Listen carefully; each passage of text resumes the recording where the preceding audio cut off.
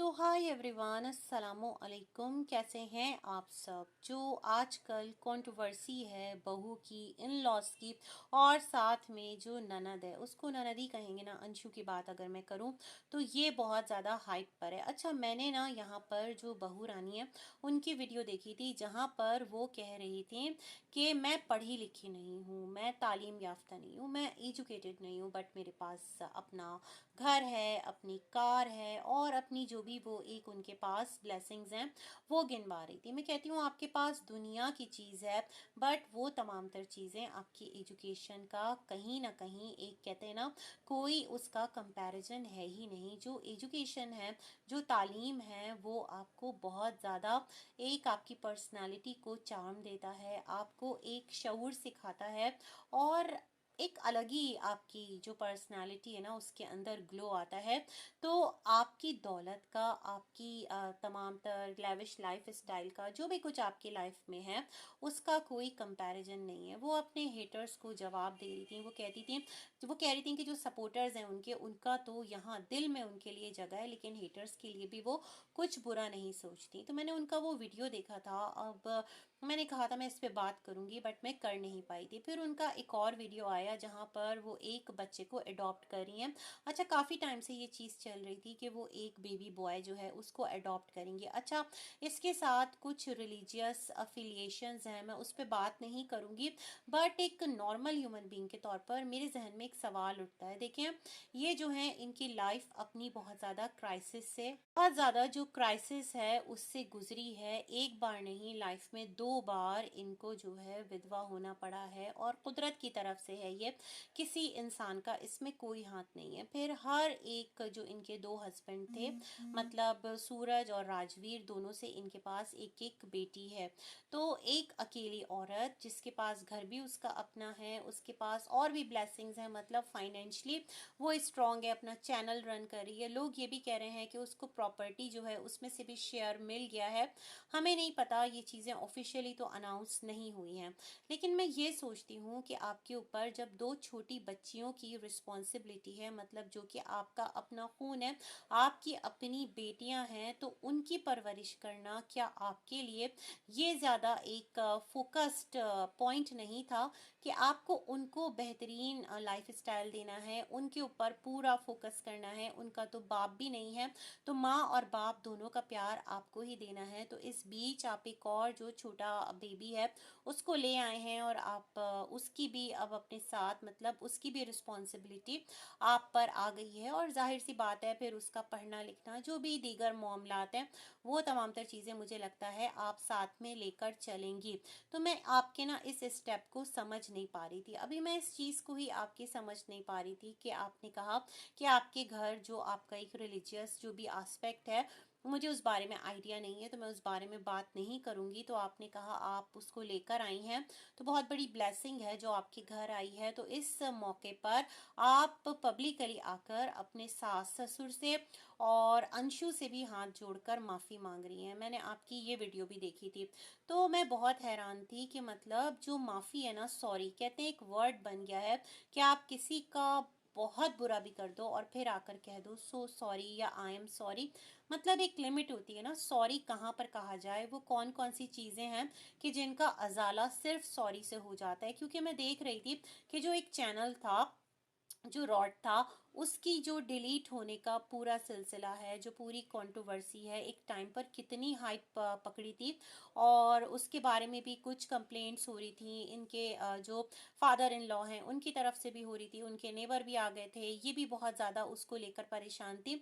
लेकिन फाइनली यही बात सामने आई कि वो चैनल खुद इन्होंने ही गुस्से में आकर डिलीट कर दिया था। हालांकि उसमें जो है वो एक मेन चैनल था, वो एक जो डॉग था, जो कि एक पेट था, और उसके साथ बहुत ज़्यादा मेमोरीज थी इस पूरी फैमिली की। और उसमें अंशु और इनके जो सूरज फर्स्ट हस्बैंड थे, उनकी मतलब एक पूरी मेहनत थी, और उन्होंने पूरी मेहनत से वो एक पूरा एक कहते हैं ना इमारत खड़ी की थी उस चैनल की, तो उसको भी डिलीट करने का जो एक सिलसिला है वो इनके सर जाता है। तो बहुत सारी चीज़ें इन्होंने कही, इन्होंने अपने जो फादर इन लॉ हैं उन पर भी संगीन एलिगेशंस लगाए, और बहुत बुरे बुरे मतलब जो कि नॉर्मली चीज़ें जो हैं वो डाइजेस्ट नहीं की जाती है ना, मतलब बेतहाशा बुरे एलिगेशंस लगाए कि वो इस तरह एक बुरी इरादे से इनको देखते हैं या जो भी कुछ है, जो कि कोई भी बर्दाश्त नहीं करेगा। अच्छा, पता है क्या, मैं इन पर बनने वाले ना बहुत सारे जब मैंने इनका वीडियो देखा तो अंशु की वीडियो आई, साथ रिएक्शन वीडियोस भी आती गई, तो कुछ इनके फेवर में है, कुछ जो हैं वो इनके अपोज हैं। तो मैंने दोनों वीडियोस कुछ कुछ सुनी, तो एक जगह पर एक इनके फेवर में पॉइंट था कि देखें अगर ये इतनी बुरी होती तो क्या जो इनके इन लॉज हैं वो इनको दोबारा अपनी बहू बनाते। तो यही सवाल काउंटर इनके ऊपर भी जाता है कि अगर इनके इन लॉज इतने बुरे थे, इनके फादर इन लॉ इतने बुरे थे, वो घर इतना बुरा था, तो चाहे मैं समझती हूँ कि उस घर में रहते हुए कोई एक इंसान जो कि निस्बतन अच्छा था, तो फिर क्या ये अपनी लाइफ को सेकंड चांस देती कि पूरी ज़िंदगी उस एक अच्छे इंसान की अच्छाई की वजह से ये इतने सारे जो बुरे लोग हैं उनकी बुराई को बर्दाश्त करें। ये एक सवाल तो फिर इनके ऊपर भी उठता है। खैर, इन्होंने सॉरी बोला और कहा सब आए और मैं अपना जो दिल है वो सबके लिए साफ़ कर रही हूँ। अंशु को भी मैसेज किया है और कॉल नहीं उठा रही है वो, मतलब कॉल किया है, और इसी तरह अपने इन लॉस को भी कॉल किया है। तो दैट्स वाई यहाँ आकर मैं पब्लिकली बोल रही हूँ कि आप लोग अगर आएंगे मथुरा तो मुझे बहुत अच्छा लगेगा, और घर में खुशी आई है, एक गुड साइन है, तो आप लोगों का भी मतलब आशीर्वाद चाहिए, आप लोगों की भी यहाँ पर एक गेट टुगेदर चाहिए। ये तमाम तर चीज़ें इन्होंने कह दी, लेकिन इन्होंने ये नहीं कहा कि एक और इस पूरे जर्नी के अंदर पर्सनालिटी थी जो इनके साथ थी, और वो पर्सनालिटी थी इनकी अपनी फ्रेंड शिवी। तो उसका इन्होंने नाम नहीं लिया, ना उसको इनवाइट किया, ना उसके बारे में कहा कि मैं तुमसे भी अपना दिल साफ करती हूँ। जाहिर सी बात है, दोस्त थे, एक टाइम पर अच्छे टर्म्स रहे थे, बहुत हेल्प आउट भी किया था, तो ऐसा करो कि तुम भी अपना दिल साफ कर लो और अपनी फैमिली को लेकर आओ। बट उसके लिए इन्होंने मतलब दिल साफ करना था तो फिर सबके लिए करते, क्योंकि आपके लिए एक बहुत प्रेशियस मोमेंट था अकॉर्डिंग टू यू। लेकिन फिर क्या था, जब इनकी वीडियो आ जाती है तो लोग इनके कमेंट्स में आके इनको कहते हैं तुम्हारा बहुत बड़ा दिल है और तुम्हारे जैसा दिल किसी का हो नहीं सकता, आज तुमने दिखा दिया कि तुम दिल की कितनी अच्छी हो, तुमने सॉरी कह दिया, सॉरी कह देने से कोई छोटा नहीं हो जाता, कोई बड़ा नहीं हो जाता। मतलब ये तमाम तर जो मामलात हैं, ये तमाम तर जो मुद्दे हैं वो चल रहे थे। फिर क्या था कि जो इनके इन लॉज हैं उनकी भी वीडियोस आई। अच्छा, वहाँ पर इनका कुछ रक्षाबंधन था, तो उसको लेकर भी ना मैं देख रही थी बहुत अजीबो गरीब लोग जो है ना माइंडसेट बना रहे हैं। जो इनके घर में अंशु रहती थी वो बहुत छोटी थी, मतलब बहुत एक कहते हैं ना चाइल्डहुड से वो वहाँ पर थी, तो एक उसका अपना बॉन्ड था। उन दोनों जो भी अब इस दुनिया में नहीं है, राजवीर और सूरज, और उनको भैया बोलती थी। तो ऐसा नहीं है कि अगर वो दुनिया से चले गए और अगर वो उनका मतलब अगर कोट भी पहन ले रही है राजवीर का, तो खुदा ना करे उसमें कोई बुरा इंटेंशन हो, बट लोगों की मैं यहाँ पर थॉट देख रही थी, जिस तरह से लोग बातें कर रहे थे, कह रहे थे कि इसका तो पति था, मतलब जो बहू रानी है, लेकिन तुम्हारा कौन लगता। तो मैं सोचती हूँ अफसोस है, मतलब मेंटालिटी की ना लो मेंटालिटी की हद है कि जब आप लोग किसी के पीछे पड़ते हैं तो फिर जो किरदार है, जो कैरेक्टर है, उसमें ही कीड़े निकालना स्टार्ट कर देते हैं, फिर आपको कुछ भी नज़र नहीं आता। तो आप देखें, जो अंशु है वो इनके इन लॉज के पास है और वहाँ रह रही है और अच्छे से अपना टाइम स्पेंड कर रही है। लड़की बहुत ज़्यादा एक्टिव है, वो अपनी स्टडीज़ भी कर रही है, साथ अपना सोशल मीडिया भी चला रही है, मतलब वो एक कंपैटिबल है, उसके अंदर वो एक पावर है कि वो तमाम तर चीज़ें लेकर मल्टीटास्किंग होते हैं कुछ लोग, तो वो चल सकती है, दैट्स वाई वो चल रही है।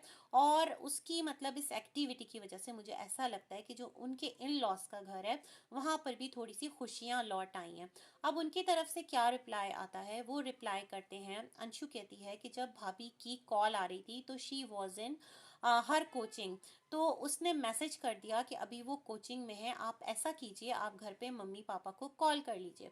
मम्मी पापा को कॉल किया उधर से जो भाभी हैं उन्होंने, तो जो मम्मी पापा हैं उन्होंने कॉल नहीं उठाया।